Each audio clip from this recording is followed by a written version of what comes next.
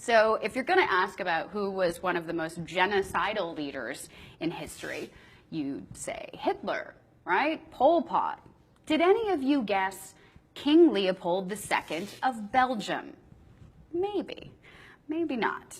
Because we are only taught U.S. imperial history in schools, we here at Buzzsaw think it'd be a good idea to keep you informed of historical events and figures that may have been overlooked, censored, and forgotten in the whitewashing of our history. So today we bring you the story of King Leopold II of Belgium. Now, King Leopold owned the Congo during his reign as the constitutional monarch of Belgium in the late 1800s. While owning the Congo, King Leopold was responsible for the deaths of over 10 million Congolese. Let me repeat that number one more time so you fully understand it.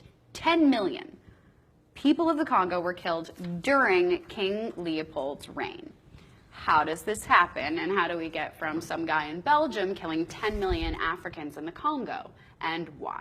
Well, during the 1880s, when Europe was busy kind of dividing up the continent of Africa for its resources, King Leopold II basically came in and laid claim to the uncharted Congo Free State. Just said, it's mine. Even though, hundreds of thousands of millions of people lived there.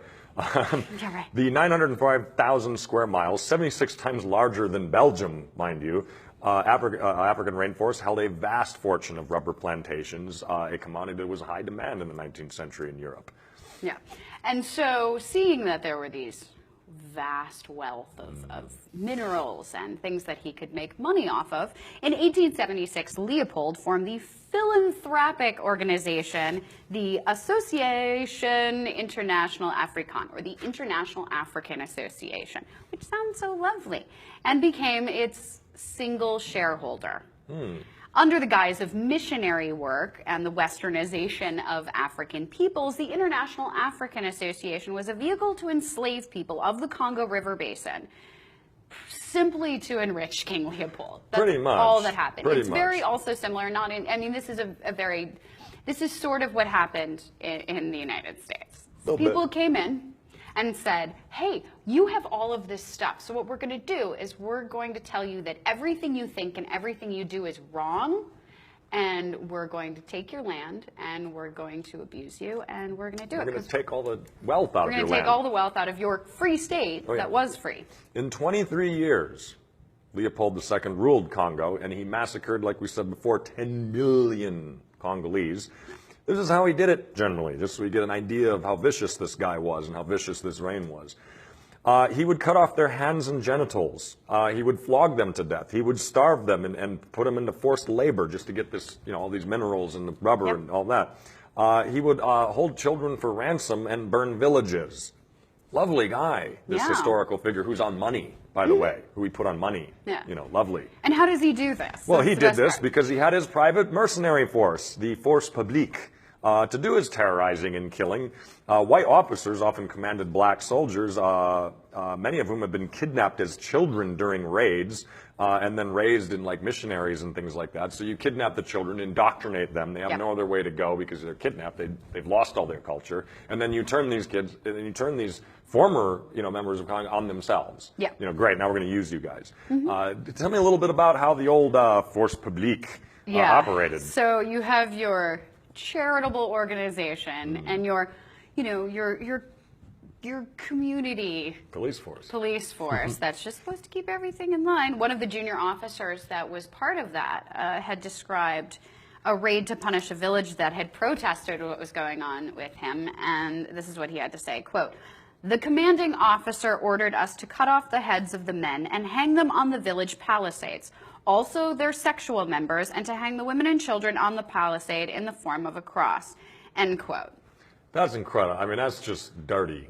I mean, it turns my stomach at how bad that is. We're all like, what? Was there how did Africa get where it was? It is today. How does it happen? It's guys like this. Yeah. You didn't learn this in history class. I didn't. No. You're not told these things. You're not told about it. Everything sort of, like you said, gets whitewashed. And I'll tell you why people like this get away with it.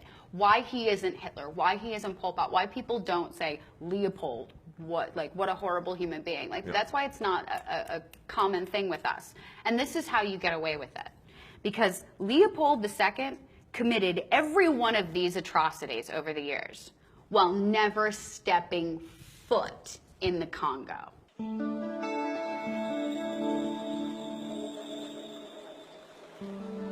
The humiliation and violence inflicted on black Americans was mirrored in Africa.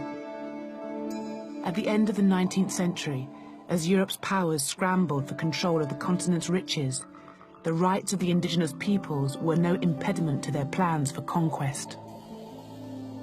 The attitude of white people in all Europe was tabula rasa, terra incognita.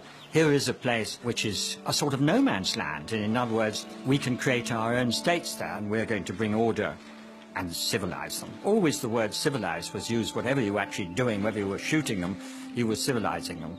The vast majority of people thought they would need, at best, a paternalistic treatment, that they would need looking after, like children.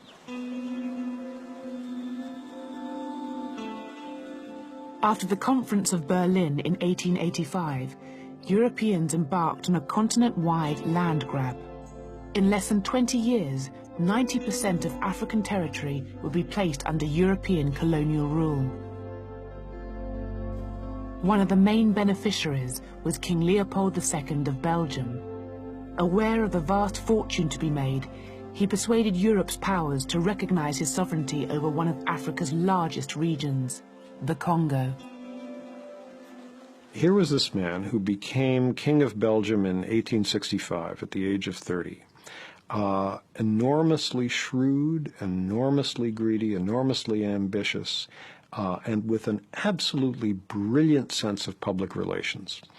He hired the explorer Henry Morton Stanley, the man who found Livingstone, to go to the Congo and essentially stake out this huge territory for him. Leopold got first the United States and then all the major nations of Western Europe to ratify his seizure of this enormous territory in the center of the continent. First, Leopold created a smokescreen, claiming that he wished to educate a savage people. They were all really fooled by Leopold because they took him at his word. They thought he was a sort of a man who's going to lose all his money in this crazy philanthropic venture. But they didn't realize what he was really after at all, which was to make himself hugely rich by exploiting brown hands and broad backs who were going to carry the wealth of Africa and load it on ships for his own personal profit. Bring them! Extreme violence was employed to impose Leopold's dominion. The right hands of those who failed to meet rubber quotas were severed. Even young children were not spared. In 1896, a German newspaper reported that 1,308 hands had been gathered in one day. Leopold created a 90,000-strong army to enforce his rule. One of his lieutenants wrote, "Only the whip can civilize the black."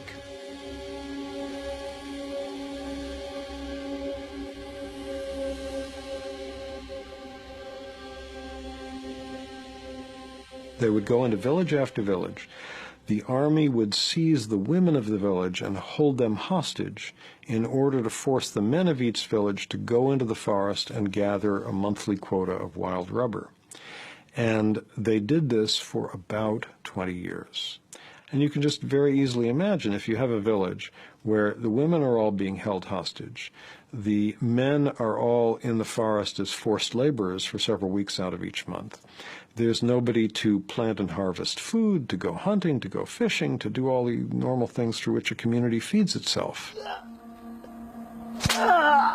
So from all of these causes, starvation, being worked to death, and most of all from the disease that hit this famine-ridden population, the best estimates are that between 1880, when King Leopold first got his hands on the Congo, and 1920, that in that 40-year period, the population was slashed from about 20 million at the beginning of that period to around 10 million at the end. So an enormous loss of human life.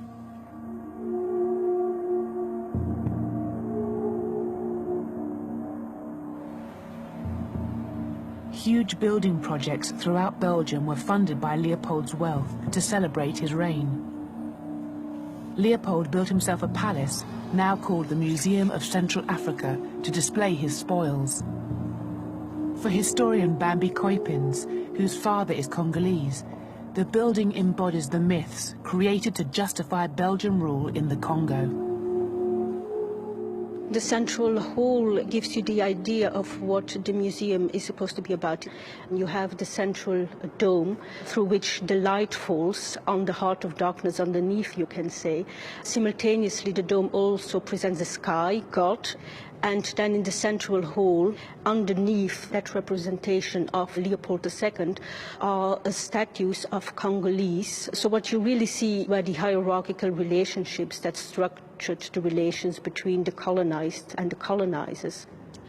As a human being, I'm obviously shocked by that, because it is very clear that Africans, the way that this museum was originally set up and the way that most of the exhibitions still work, are really dehumanized because they were seen and represented as savages who really needed the help of outsiders, i.e. Europeans, to transform them into fully civilized human beings.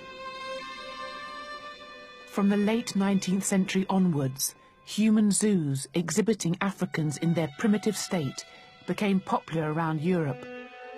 One of the first was housed in the grounds of Leopold's museum. The Africans were put on display so people could go and see them in very much the same way that they could look at, say, caged animals in a zoo, and their reactions were also very similar. There were notices saying that people were not allowed to throw peanuts at the Africans because that was what they did. This museum is also, in a very real sense, the only monument to Belgian colonial history left in this country. So if we dismantle the museum, there is a very great danger that we also eradicate the public memory of that colonial heritage. And once that happens, of course, one paves the way for all these people who say, well, it was not as bad as that, was it? And Leopold II really did do a great deal of good. In 1908, the year before Leopold died, his crimes were made public and he was forced to hand control of the Congo over to the Belgian government.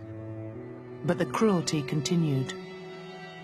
The forced labor system did not come to an end because it was so profitable. The new Belgian Congo continued it more or less until the early 1920s. At that point, the Belgian colonial officials realized that their population was shrinking so rapidly from the effects of the forced labor system that they had to modify it. They had to make it less lethal, or otherwise they would have no labor force left. Although 10 million people died, the Congolese genocide has largely been forgotten in Europe.